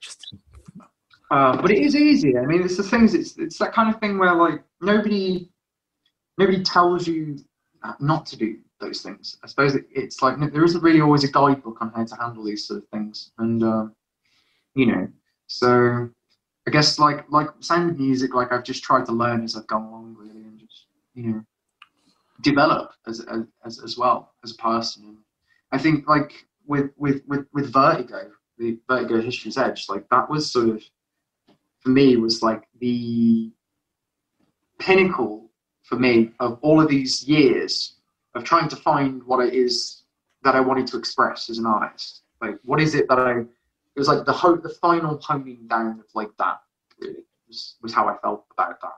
But I think it took all of those years, all that stuff to do it. So it's almost like I always feel like, you know, with anything I make, it's like been my whole life in the making for stuff like that. Well, they say everything happens for a reason, don't they? So I think that you had to go on this journey. You did all these things that has now led you to now. Yeah. So yeah, it's been an interesting journey. But like you say, you released this album last year, and 2019. And I'm not blowing smoke. I listened to it earlier. It's incredible. It's from start to finish. It's amazing. It really is. But what led you to wanting to do this solo instead of getting another band together? You're like, this is something I need to do on my own. I mean, it was something that I needed to do on my own. That's for sure. It was.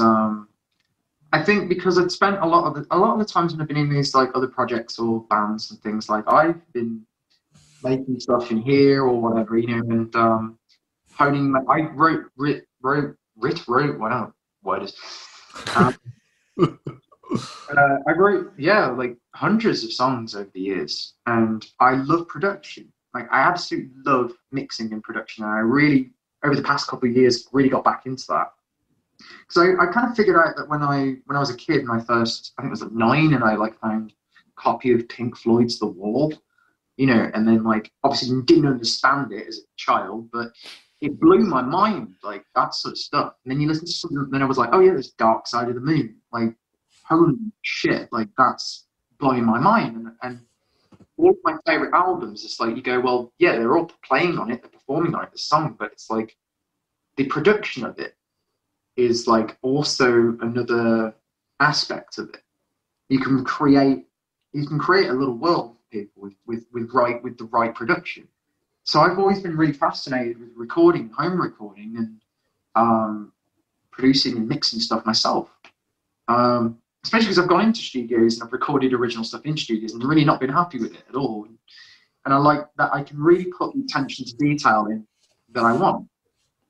But still at this point, I was still not really, I'd say I wasn't really earning enough money still at that point to really kind of like go and hire a bunch of musicians. And I didn't really know anybody who could be up to doing it.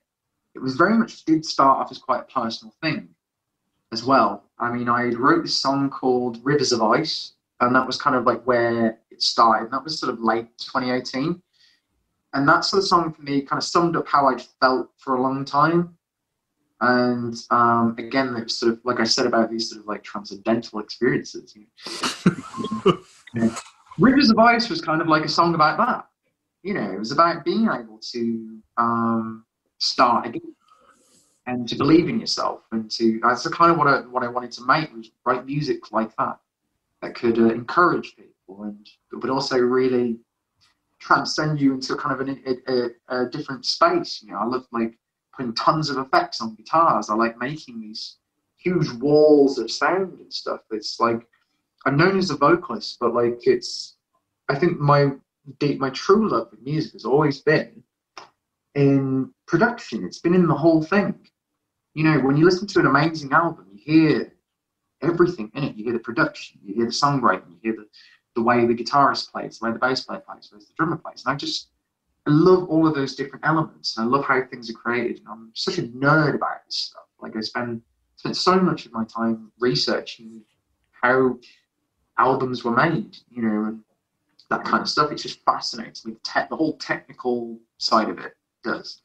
So with Vertigo, I was very much determined to see if I could do it myself. Just see if I can just create an experience from start to finish that I was happy with.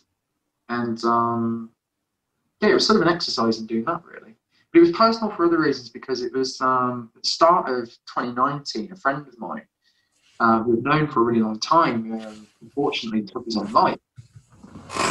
This was a guy who had introduced me to a lot of things in my teenage years that really changed my mind, or changed my perspective about what I thought about the world. He had quite an influence on me, basically, growing up. So, which then led to, you know, figuring myself out, or choosing certain musical styles, and making completely, you know, when you meet people and they just like they you don't realize it at the time, maybe as such, but they're quite formative, or they're quite impactful moments, you know, in life. So I was very much, after he passed, it was sort of this really reflective period for me, and all of a sudden I just couldn't write about anything other than that. And then it kind of one day just clicked, and I went, I need to make this as I know what this is going to be. I know that there's something very important that I need to say. There's something that I need to process through this, and it might be probably the most inspired thing I've ever done because of that. It just felt like nothing else really mattered other than at that time making that. I pretty much wanted to make it as if it was sort of sorry, but I sound like such an intense person. I'm really not. I'm actually quite chill. You know, I'm like, you know, but no, it was just, it just really impacted me in a really big way.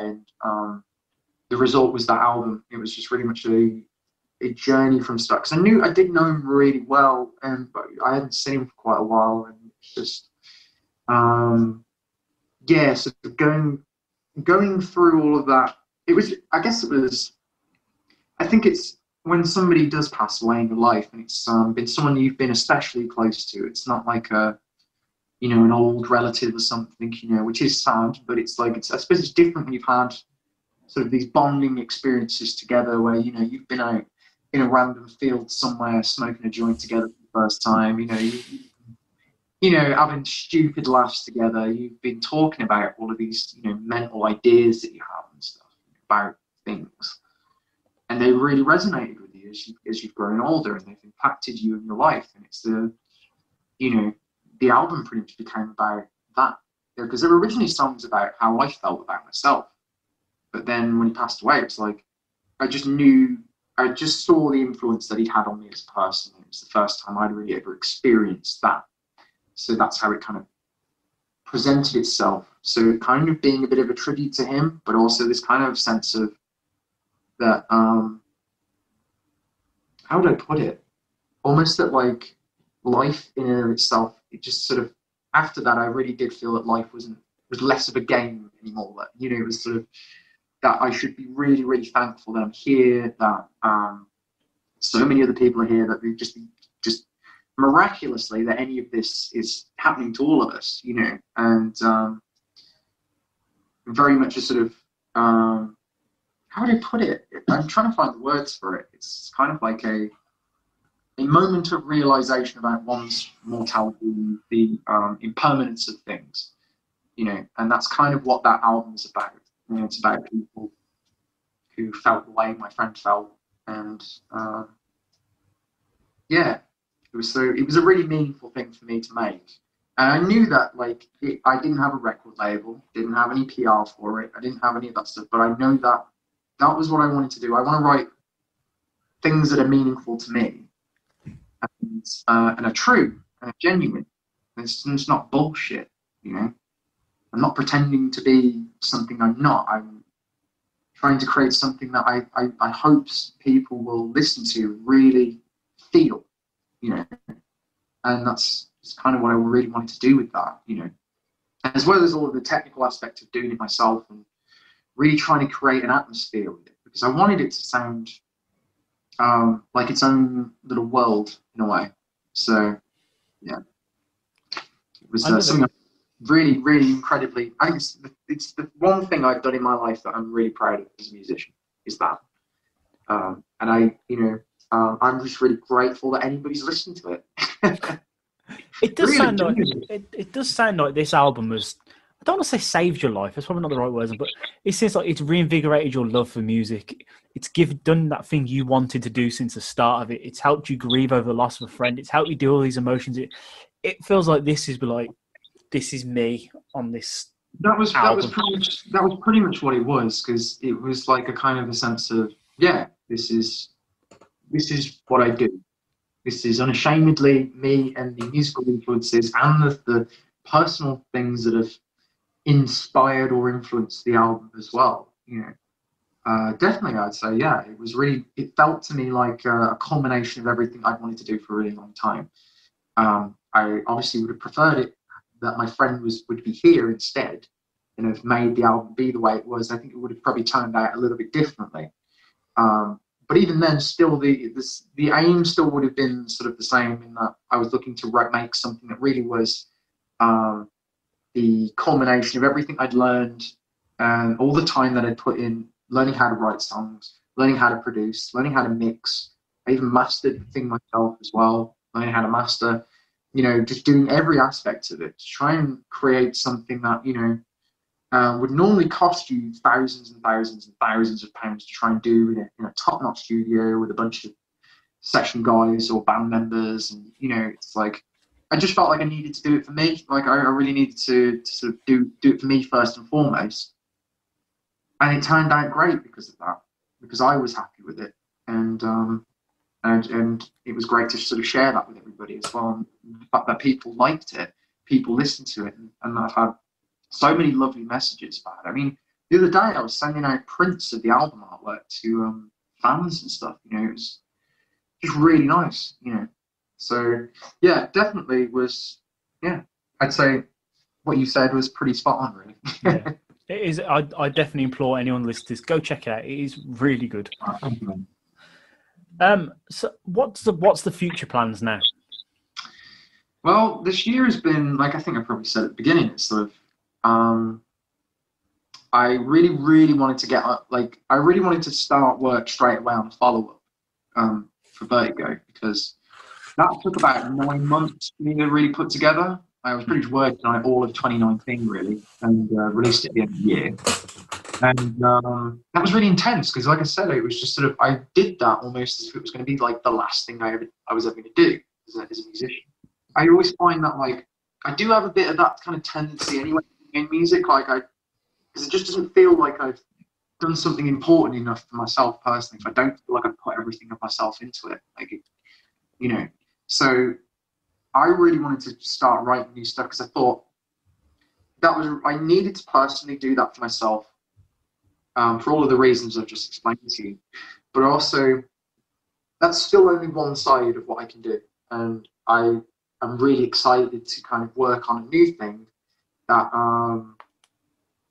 explores some new influences, explores different things, and more upbeat, because I think Vertigo is quite a meditation on life, and it's very good. It's very slow, very slow and kind of heavy, but feeling to me. Whenever I listen to it, I'm like, it's quite intense for me. And I wanted to make something that was more exciting instrumentally, or more exciting tempo-wise, and kind of do something different. So I don't want to repeat myself, and I want to give myself the challenge of trying something new. But then when pandemic happened, that all just went out the window for me. It was just like I suddenly couldn't write, because I really wanted to make 2020 the year where a year where I sort of have some new experiences, and couldn't really have that in same I can imagine for so many people. I mean, a lot of people have obviously made influence out of lockdown, and a song that I wrote last month and put together, that is pretty much about this, what we're all going through. And I didn't really realise at the time that I was sort of writing a lockdown song. It was also the first song I put vocals to. First song I've sang this year since like April. I didn't sing at all. April till October. Damn. So it was pretty much, I came up with these lyrics. So I was writing demos and stuff, and I was just like, it's all right, it's okay, and it's not really doing it. I'm trying to find the next thing, and then I wrote the song and just went, I need to record this. I need to just get this down, and pretty much that first take is on the track. And I kind of shelved it for a while, and then because I thought, people aren't gonna like this one. It's a bit too. It's not, it's not this enough, or it's not that enough, And then I showed it to a few people and just said, I wrote this recently. And then it was quite funny, because someone just says, do you not realize the irony of writing a song about wanting to be yourself and then not releasing it? I'm just like, to be fair, that's a really good point. That's a really good point. So, that's kind of what I'm wanting to do next.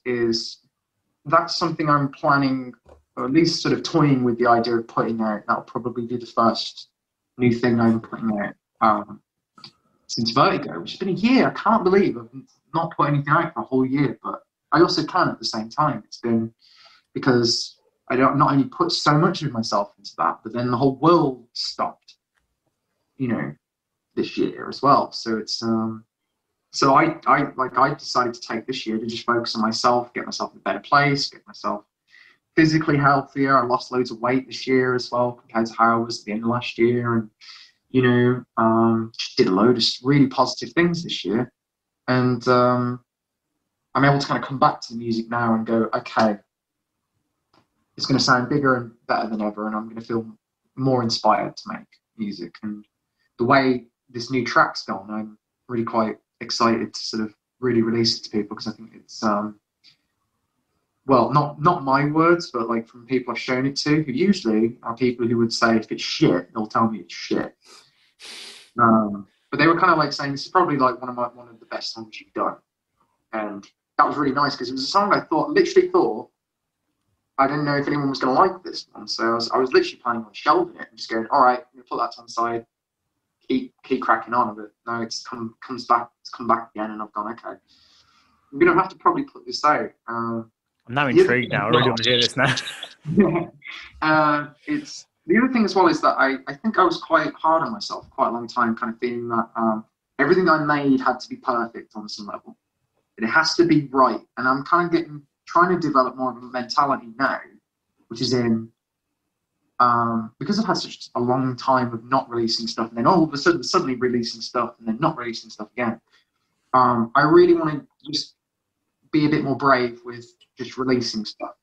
Once I've got something, if there's something I'm happy with, I just want to put it out and show people and just start making more music, because it's what I've really wanted to do for a long time, is to put more music out, and I feel like I'm in a place now where I can do that and fully get behind it and release new things. So I'm looking forward to releasing a whole bunch of new stuff, and I want to do some covers again. I think I might do some covers again. Well, something I've been thinking of doing.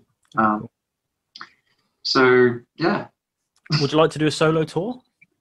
I would love to do a solo tour. It's just whether I could get the interest behind it, really, to kind of make it worthwhile.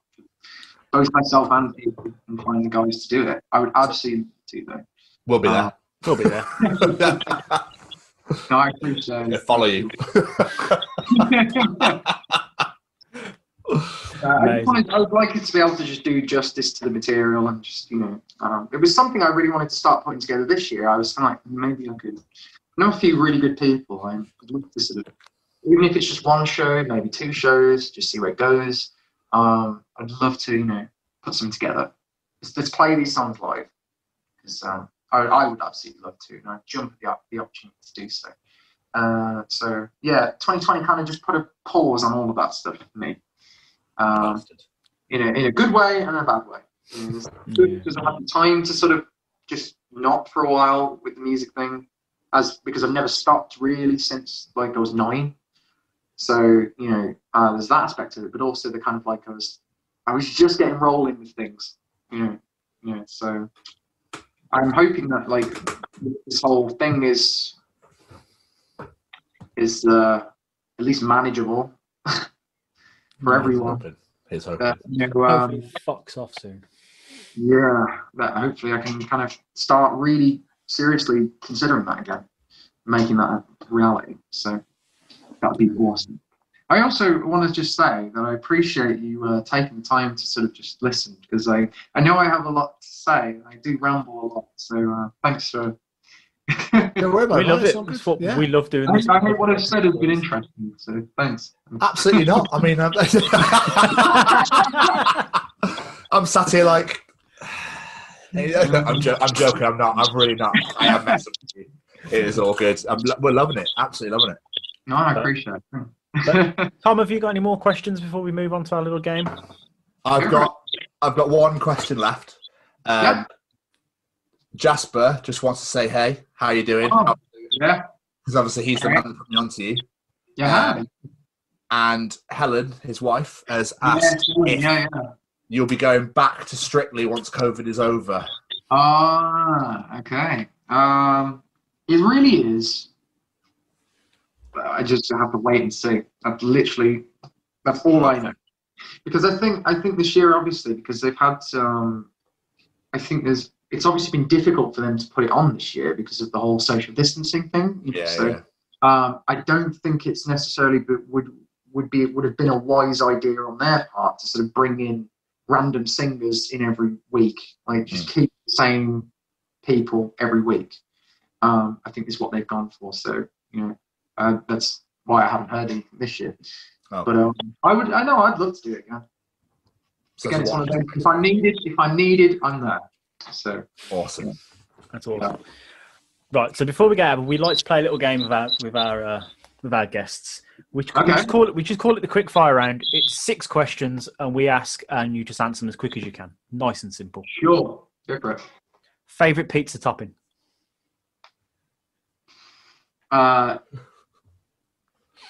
Chicken. Just chicken, straight up. Banging.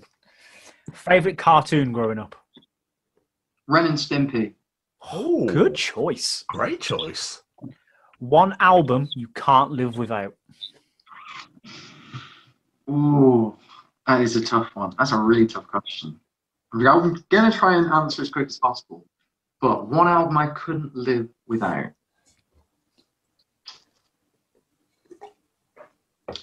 Frank Zappa, Joe's Garage, Acts 1, 2, and 3. I don't know. How about that? That's a very random choice. I like it. Who would play you in a movie of your life? Orlando Bloom. Oh, great show! That. Is that from visual? Yeah, just visual. I don't know. Yeah. I like the cringe on your face, and you're like, I can't believe I just said that. I've admitted I am that handsome. Jesus. No, I just think he's like the go-to blonde like actor in a way. Like, just think who's blonde? Oh, it's Orlando Bloom. You look like Orlando Bloom. It's just like I can see it now. You've mentioned it. I kind of was, yeah. One song that you've recorded that you're most proud of from any of your projects? That I'm most proud of.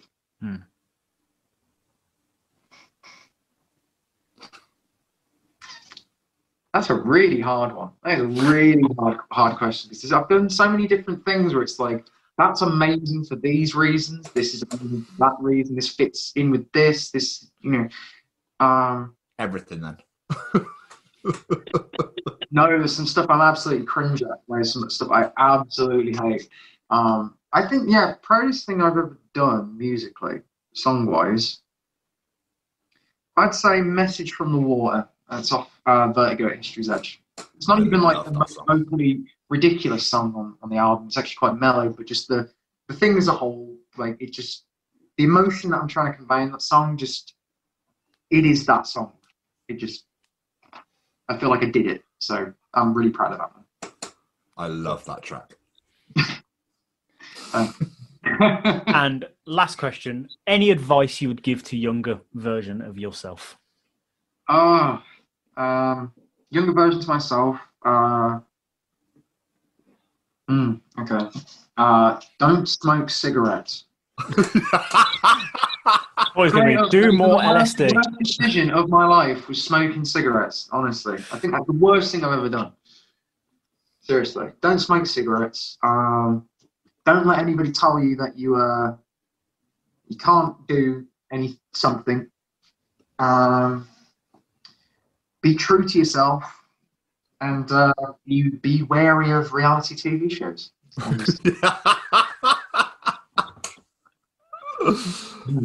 Amazing, Richard. This has been so much fun. We've absolutely loved doing this. We've gone so long. Like, what time is it now? We've been going in 2 hours. I think we've been going. Really? Oh my god! Yeah, we've been going quite a long. It's going to be a long one, but we've had an absolute blast. And there's so many like motives you can take out of this interview. And it's like, don't give up. Just stick. Like I said, follow your dreams. Stick to what you love. Whatever And that's the sort of things we love to hear from people. So thank you so much for coming on. I had an absolute blast. No, thank you guys for having me on, mate. I've really, really enjoyed this. It's been awesome. Thanks. I really appreciate that. And I seriously mean what I said. It's like, your voice is incredible, sir. Like, just keep going. And I also meant that I now love you and I'm going to divorce my wife. So. Well, yeah. I have that effect on men. Yeah. It's those Orlando Bloomish looks.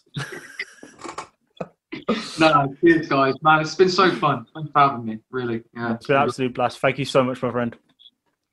And you guys. Did you want to plug any socials before you get out of here? I'm on Facebook. I'm on Instagram.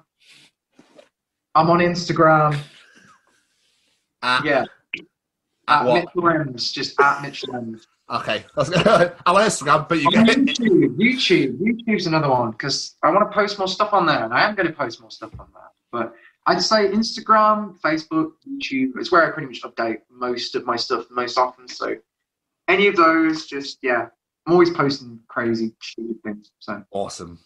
Well, Mitch, man, it's been an absolute pleasure. Thank you so much for doing this with us. We've really, really enjoyed it. It's been an honour, a pleasure. We'll have you back. I think it's been wonderful. Yeah, sweet. Well, when the world reopens and we can actually go and do things, then obviously if you bring out another album, we'll have a beer as well. We'll go and do that at some point. Yeah, we'll go crazy, dude. Fucking here's 2021. Yeah, 2021. Don't you dare curse us. Wonderful. Thank you so much, my friend. Have a great night, man. Cheers. Take care. See you later, Dan. Cheers. Hey there. I'm Frank Guglielmelli, and I'm the narrator for the audio drama Feed, featuring such audio dramas as Bounty Hunters, Marty and Mars, Val Toby, and so much more. You can find all of these wonderful programs on Spotify or wherever you listen to podcasts. Or you can go to our website at www.audiodramafeed.com. We are thrilled to be affiliated with the Chronicles of Podcast with Tom and Jamie.